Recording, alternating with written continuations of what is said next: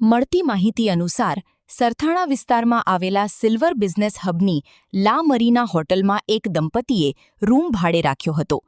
દરમિયાન બંનેએ કોઈ અગમ્ય કારણોસર ઝેરી દવા પી લીધી હતી. ઘટનાની જાણ થતાં હોટલ સ્ટાફ અને પોલીસ તાત્કાલિક સ્થળ પર પહોંચી હતી.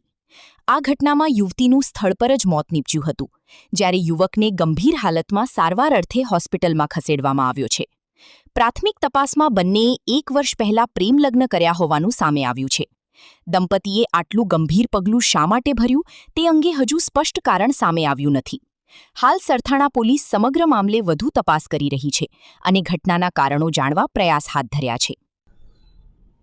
આજરોજ સરથાણા પોલીસ સ્ટેશન વિસ્તારના લા મરીના હોટલ સિલ્વર બિઝનેસ હબ બાપા સીતારામ ચોક સરથાણા ખાતે રૂમ નંબર 103માં એક સ્ત્રી જેનું નામ માનસી હસમુખભાઈ ઉમરેટિયા, ઉંમર વર્ષ 23, રહેવાસી 73 શિવધારા માનસરોવર ચોક, યોગી ચોક સરથાણા તથા એક પુરુષ અભય રામજીભાઈ ત્રાળા, ઉંમર વર્ષ 23, રહેવાસી 163 રૂક્ષ્મણી સોસાયટી નાના વરાછા સુરત નાઓએ રૂમ નંબર 103માં સેલ્ફોસ દવા પી અને પોતાના જીવનનો અંત લાવવાની કોશિશ કરેલ, જે બનાવમાં સ્ત્રી માનસી નાઓનું મૃત્યુ નિપજેલ છે અને પુરુષ અભય જે હાલ સારવાર હેઠળ છે.